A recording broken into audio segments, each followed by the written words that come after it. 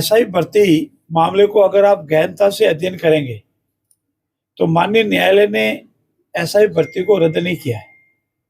अपने ऑब्जर्वेशन के साथ सरकार को भेजा है कि इसकी जांच कर हमारा जो आरपीएससी है उसको भेजा जाए।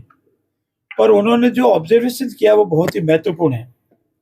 कांग्रेस के कार्यकाल में इस राजस्थान लोक सेवा आयोग में जितने भी सदस्य और अध्यक्ष मुकर किए उनके ऊपर प्रश्न चिन्ह लगाए हैं और उसकी जांच का आदेश दिया है। और मुख्य आधार जो माननीय उच्च न्यायालय ने बनाया है कि जब खुद आरपीएससी के मेंबर, राजस्थान लोक सेवा आयोग के मेंबर इसमें लिप्त है तो उसमें संदिग्ध उन्होंने माना है। और ये भी कहा है ऐसी स्थिति में इसकी गहनता से जांच होनी चाहिए। हमारा जो आरपीएससी है उस पर पूरी जांच होकर के उसका पुनर्गठन भी होना चाहिए। साथ ही साथ उन्होंने ये भी कहा है कि सरकार ने पहले आते ही इसकी जांच शुरू प्रारंभ की, एसआईटी गठित की, पहला मुकदमा दर्ज किया, इतने लोग पकड़े गए। तो सरकार को एक तरह से परोक्ष रूप से भाजपा सरकार की प्रशंसा की है, वर्तमान सरकार की। लेकिन कांग्रेस सरकार के कार्यकाल के दौरान ये जो भर्ती हुई है उनके द्वारा कोई एक्शन नहीं लेना, इस पर कोई कमेंट्स नहीं करना, इस भर्ती को निरस्त नहीं करना, उसको उन्होंने उस दृष्टि से देखा है। हमारे पास जजमेंट की प्रति आई है, हमारा विधि विभाग इसका परीक्षण कर रहा है। अनेक जो प्रभावित पक्षकार हैं जिनका चयन हुआ था, जिनको चुनौती दी गई, जिनके बारे में माननीय न्यायालय का निर्णय आया है, उनका अपना पक्ष है, वो अपना पक्ष आगे की अदालत में रखेंगे। सरकार का विचार ये है कि इसकी पूरी जांच करके विधि विभाग से पूरी राय लेने अगला कदम उठाएंगे। डबल बेंच में जाने का और जो बड़े नाम आने की बात की है। दो भाग है आपके प्रश्न के। जब माननीय मुख्यमंत्री के ओएसडी पकड़े जावे, माननीय मुख्यमंत्री अशोक गहलोत जी के साथ सुरक्षा गार्ड में रहने वाला आदमी पकड़ा जावे, तो आप समझ सकते हैं कि जांच किस तरफ जा रही है। इशारा आपके लिए काफी है। बड़ी बड़ी मछलियां पकड़ने का जो बार बार आ रहा है वो धीरे धीरे उस तरफ भी बढ़ रही है। और जहां तक कोर्ट में डीबी में जाने या अन्य न्यायालय में जाने का प्रश्न है, मेरा निवेदन है कि इसमें पूरा परीक्षण हो रहा है।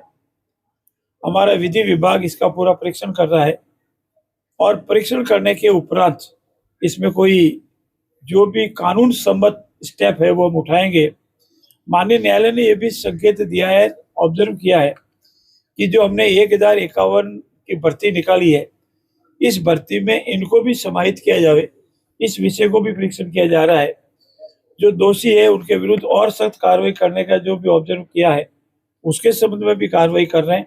हम आपको विश्वास दिलाते हैं जितनी भी कांग्रेस कार्यकाल के दौरान भर्तियां हुई और जिनकी लिप्तता पाई जा रही है, चाहे डमी कैंडिडेट हो, फर्जी कैंडिडेट हो, medical health and Vikas certificate फर्जी हो, डिग्रियां फर्जी हो, उन सब की जांच की जाएगी।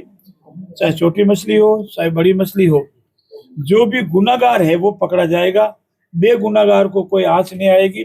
और इसमें पारदर्शिता से, निष्पक्षता से जांच, कोई देश भावना से जांच नहीं होगी। लेकिन जो बड़ा कितना भी हो जाए, चाहे वो राजनीति में बड़ा हो चाहे और प्रशासनिक सेवा में बड़ा हो, जिसने कोई दोष किया है, जिसने गड़बड़ी की है, जिसने हमारे बेरोजगार युवाओं के मंचों पर पानी फेरा है, उसको ये सरकार नहीं छोड़ेगी। सर, जिस तरीके से आरपीएससी पे सवाल खड़ा किया गया, आज भी आरपीएससी में वही मेंबर्स हैं, तो आने वाली भर्तियों की शुचिता पे भी सवाल खड़ा होता है। तो अभी जो अध्यक्ष की नियुक्ति हुई है, पूरे पुलिस सर्विस रिकॉर्ड में बेदाग सभी के अधिकारी बड़े अधिकारी रहे हैं। ऐसे अधिकारी पर हम प्रथम दृष्टया विश्वास करते हैं, कभी उनके ऊपर दाग नहीं लगाए, अब नहीं लगाएंगे। 3 हमने नई भर्ती का ऐलान किया है, संख्या बढ़ाई है, उसकी भर्ती अभी होनी है, उनका नियुक्ति होनी है। पूर्व में जो 2 अध्यक्ष थे वो दो तो जेल में हैं और एक के विरुद्ध हटाने की सरकार ने कार्रवाई की। वो माननीय राज्यपाल के मार्फत, राष्ट्रपति के मार्फत पहुंच चुकी है, राष्ट्रपति तक पहुंच चुकी है। उनको हटाने की कानून में एक प्रक्रिया है, वो प्रक्रिया संवैधानिक प्रक्रिया, उनको हटाने की हम डायरेक्ट इसको नहीं हटा सकते, वो हट रहे हैं।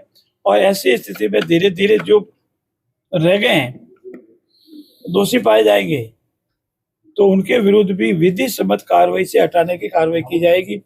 और नए सदस्य आएंगे वो पूर्ण रूप से बेदाग आएंगे, जिनका अच्छा चरित्र होगा, जिनका कैरियर अच्छा होगा, जिन पर किसी तरह का संदेह नहीं किया जाएगा, ऐसे व्यक्तियों का चयन करने का पूरा प्रयास करेंगे। आप मानते हैं कि कांग्रेस ने तुष्टिकरण की राजनीति अपनाते हुए आरपीएससी में सदस्य मनोनीत किए थे? निश्चित रूप से तुष्टिकरण की नीति अपनाई, ऐसे व्यक्तियों का चयन किया जिससे हमारे आरपीसी की साख को पूर्ण रूप से धक्का लगा, साख बिल्कुल खत्म हो गई और बेरोजगार नौजवान भाई बहन का मन से विश्वास ही उठ गया। उस विश्वास को धीरे धीरे पुनः कायम कर रहे हैं। हमारी सरकार आने के बाद इतनी भर्तियां हुई, हमने 75,000 की नियुक्ति दे दी है, भर्तियां इतनी हुई है और भर्तियों का कैलेंडर जारी हुआ है। एक बार भी किसी तरह का कोई सवाल नहीं उठाया और भविष्य में भी जितनी भर्तियां होगी उन भर्तियों को पूर्ण निष्पक्षता, पारदर्शिता से करेंगे ताकि बेरोजगारों के मन में ये भय नहीं आवे, ये अविश्वास नहीं आवे कि मैं परीक्षा देके तैयारी कर रहा हूँ, पता नहीं परीक्षा पास जाएगी, नकल होगी, ये नहीं होगा। जो जितनी मेहनत करेगा, जितना जिसमें भाग्य में हो उतना उसको मिलेगा। थैंक यू, धन्यवाद। बहुत बहुत धन्यवाद सर।